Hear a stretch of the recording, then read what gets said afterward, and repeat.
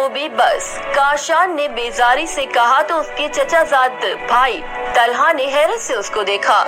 क्या हुआ दादा अब्बू को, ऐसे क्यों कह रहे हो, उसने पूछा। कुछ नहीं, बस ऐसे ही, काशान ने मुंह बनाकर बात टाली। दादा तो बहुत प्यार करते हैं, पहले तो मजे भी बहुत करवाते थे।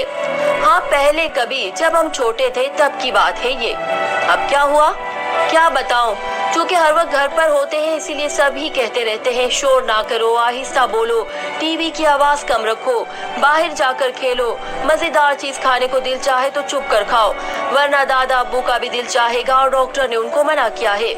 पहले दादी भी हमारे साथ मिलकर बातें करती थी, कहानियां सुनाती थी, मजे मजे की चीजें बनाकर खिलाती थी, हम भी उनसे खूब फरमाइशें करते थे, मगर अब वो भी तवज्जो नहीं देती।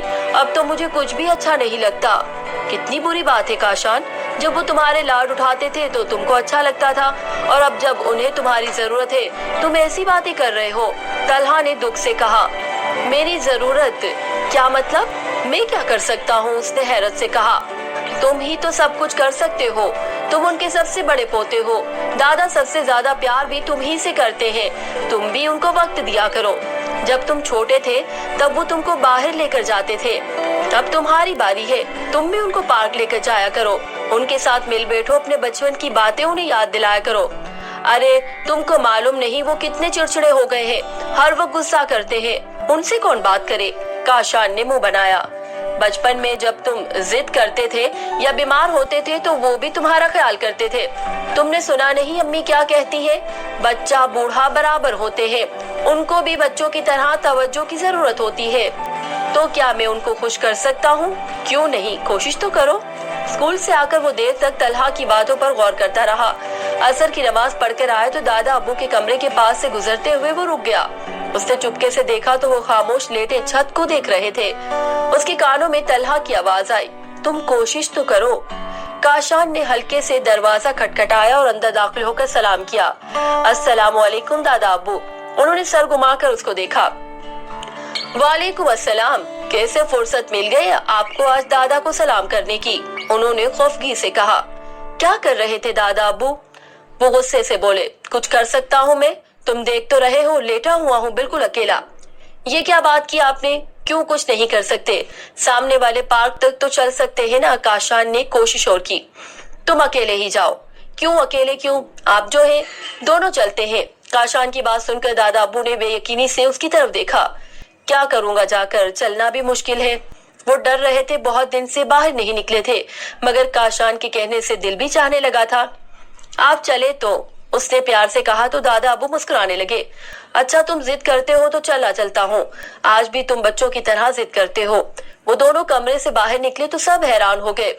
कहाँ ले जा रहे हो दादा अब्बू को, उनकी तबीयत खराब है, अम्मी ने कहा। नहीं अम्मी, दादा अब्बू बिल्कुल ठीक है, और मैं दादा अब्बू को नहीं बल्कि ये मुझे लेकर जा रहे हैं पार्क, मैं छोटा हूँ और ये बड़े हैं, उसने समझदारी से कहा तो अम्मी भी उसकी बात समझ गई कि दादा खुद को बहुत ज्यादा बीमार समझकर कुछ भी नहीं कर पा रहे थे।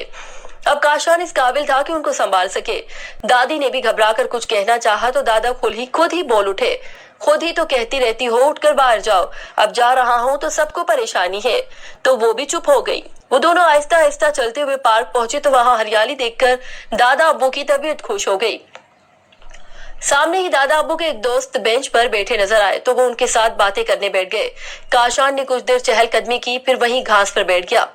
उसको बोरियत महसूस हो रही थी, लेकिन उसने सोचा जब वो छोटा था तो मैं खेलता रहता था और दादा अब्बू मेरे इंतजार में बैठे रहते थे और रोज ही ऐसा होता था, और मेरा तो आज पहला दिन है, मुझे भी खुशी खुशी इंतजार करना चाहिए। दादा और उसके दोस्त बातें करते रहे कि मगरिब की अजान हो गई तो काशान उनके पास आकर बोला, आप चले? हाँ चलो, मस्जिद में नमाज पढ़कर चलते हैं। वो अपने आप को काफी बेहतर महसूस कर रहे थे। जैसे आपकी खुशी। दोनों नमाज पढ़कर घर आए तो दादी बहुत परेशान की कि आज तो बहुत ही गुस्सा करेंगे कि इतना थका दिया, मगर उनको हंसते मुस्कुराते देखकर सभी खुश हो गए। आज तो उन्होंने कमरे के बजाय सबके साथ बैठकर चाय पी, फिर रात का खाना भी साथ ही खाया। इसके बाद काशान उनको कमरे में ले आया क्योंकि वो थकन महसूस करने लगे थे। दादा अब्बू लेट गए तो काशान ने उनके पैर दबाते हुए कहा, आप खुद को बीमार ना समझे, मैं रोजाना आपको सैर कराने बाहर ले जाऊंगा, इंशाअल्लाह आप बिल्कुल ठीक हो जाएंगे। काशान आज बहुत खुशी महसूस कर रहा था कि उसकी वजह से सबको इत्मीनान हासिल हुआ है।